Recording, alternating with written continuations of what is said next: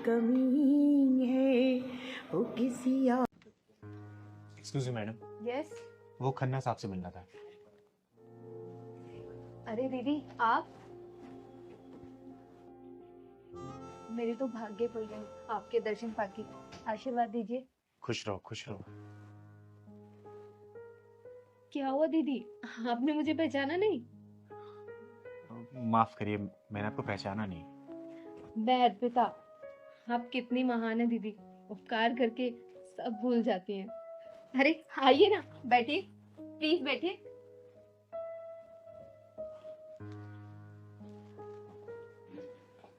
अरे दीदी बताइए ना, कैसे आना हुआ? वो मैं अरुण खन्ना जी से मिलने आई थी। वो तो अब यहाँ पे नहीं है, क्योंकि इस कंपनी की ऑनर अब मैं हूँ, और ये सब दीदी आपकी वजह से हो पाया है। मेरी वजह से हो पाया? देखा अर्पिता बेटा, मुझे ना सच में कुछ याद नहीं आ रहा, तू खुल के बता ना मुझे। बताती हूँ दीदी। याद है आपको, आज से 3 साल पहले मैं इस कंपनी में एक छोटी सी एम्प्लॉय हुआ करती थी।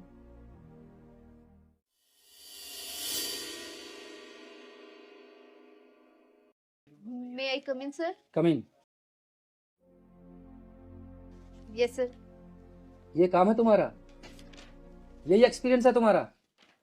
रिज्यूमे में तो तुमने ना जाने क्या क्या लिखा था, और रिजल्ट 0। क्या करूं मैं इसका, बताओ। सर मैंने अपने एक्सपीरियंस के हिसाब से काम कर दिया है, लेकिन आपको प्रॉब्लम क्या है वो तो बताइए। यही एक्सपीरियंस है तुम्हारा? क्या लिखा है इसमें, बताओ। मैं क्लाइंट को आगे क्या भेजूं? प्लीज आखिरी गलती समझ के माफ कर दीजिए, आगे से ऐसा नहीं होगा। क्या सॉरी? मैं तुम्हें अगली गलती करने का मौका दूंगा, तभी तुम गलती करोगी ना। अरुण खन्ना नाम है मेरा, मैं अपनी मेहनत और काबिलियत के दम पर इस मैनेजर की पोस्ट पर बैठा हूँ, समझ गई? तुम्हारी गलतियां माफ करने के लिए नहीं बैठा हूँ यहाँ पर मैं। सर प्लीज ऐसा मत कीजिए, फिलहाल मुझे इस जॉब की बहुत नीड है। लेकिन कंपनी को तुम्हारी कोई नीड नहीं है, समझ गई? तुम जा सकती हो। Sir please try to understand, मेरे पास इस जॉब के अलावा कोई और जॉब नहीं है, मैं सड़क पे आ जाऊंगी सर। मैंने कहा ना, तुम जाओ। अगर नहीं जाओगी तो मैं धक्के मारकर बाहर निकलवा दूंगा। Get out. Sir please. Get out.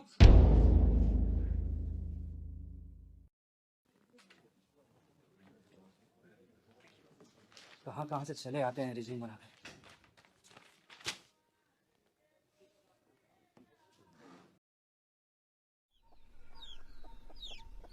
पहलवान, हाँ दीदी। इस बार सर्दी कुछ खास नहीं पड़ी ना? हाँ दीदी, आपको क्यों लगेगी ठंडी? आप तो चिंगारी दीदी हो मेरी, इसलिए ठंडी कहाँ लगेगी।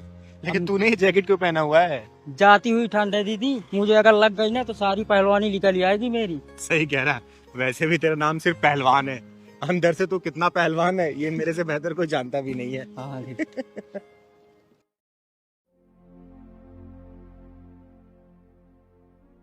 अरे पहलवान, हाँ दीदी। ये लड़की यहाँ बैठ के रो क्यों रही है?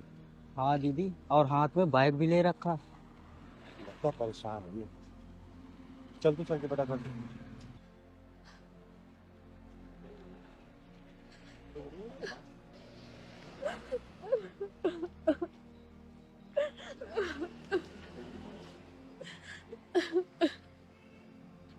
क्या बात है बेटा, यहाँ पे बैठी हो और रो क्यों रही हो? घर से तुम्हें निकाल दिया है क्या? हाँ बेटा बताओ ना, किसने मारा, कुछ बोला है? बताओ ना। ना दीदी, ना किसी ने घर से निकाला और ना मारा, और ना ही किसी से लड़ाई हुई है। मकान मालिक ने घर से बाहर निकाल दिया और ताला लगा दिया। 2 महीने से नौकरी छूट गई है, किराया नहीं भरा इसलिए। तो बेटा कब तक बैठी रहेगी यहाँ पर?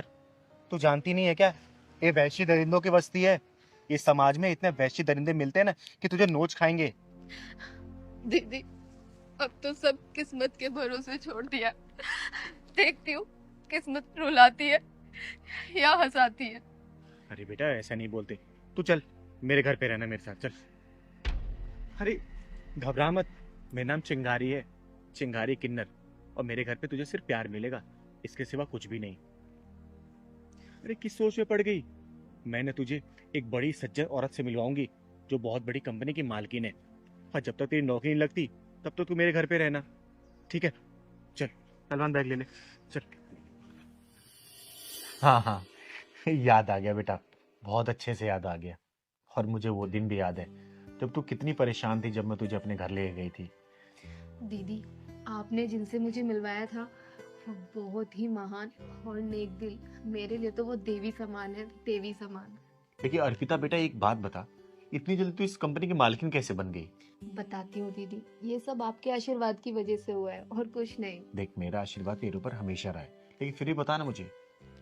दीदी, जब मेरी जॉब चली गई थी ना, तो अरुण खन्ना जो यहाँ का मैनेजर था, उसके खिलाफ और भी कई लड़कियों ने कंप्लेन कर दी। वो ना बड़ा ही निहायती छिछोरा और बदतमीज किस्म का इंसान था।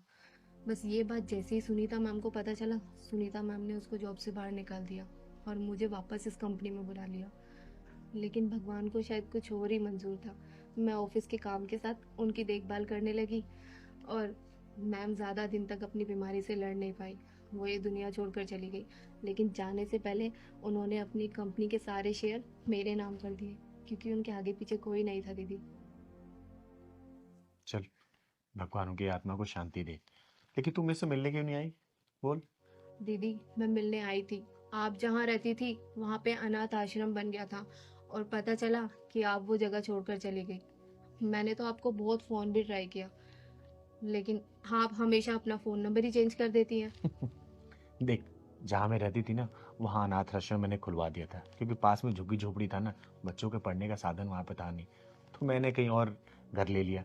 और रही फ़ोन की बात, देख हजारों लाखों कॉल आते हैं, कुछ थ्रेट करने वाले आते हैं, कुछ प्यार मोहब्बत वाले आते हैं, तो बहुत सारी चीज़ें होती है ना, इसलिए मुझे मजबूरी में नंबर चेंज करना पड़ा। अर्पिता बेटा, ये तो बहुत अच्छी बात है कि कम से कम तू 100-200 लोगों का पेट भर रही है, और हमेशा ऐसे ही अच्छे से काम करते रहना, ताकि जितने गरीब लोग हैं जो बेरोजगार हैं उनको नौकरी मिल सके और उनका घर परिवार चल सके। दीदी, ना उस दिन अरुण खन्ना मुझे इस जॉब से निकालता, ना आप मुझे मिलती और अपने घर लेके जाती।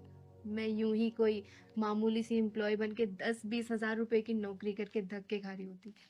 अर्पिता बेटा, ये किस्मत पहले सताती है, फिर आजमाती है, फिर समय के थपेड़ों से मजबूर होने के लिए धकेल देती है, तब जाके वो कुर्सी नसीब होती है जो आज तुझे नसीब हुई है, समझी? लेकिन दीदी, इस कुर्सी पे मेरा नाम आपने लिखा है और मैं चाहती हूँ आप इस कुर्सी पे एक बार बैठ जाए, मेरी खुशी के लिए। अरे बेटा, वहाँ मैं कैसे बैठ सकती हूँ?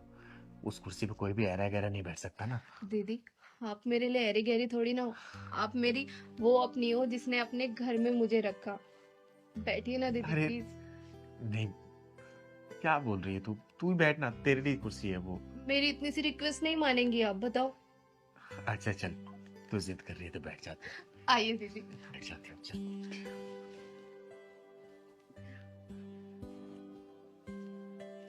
बैठ जाऊं?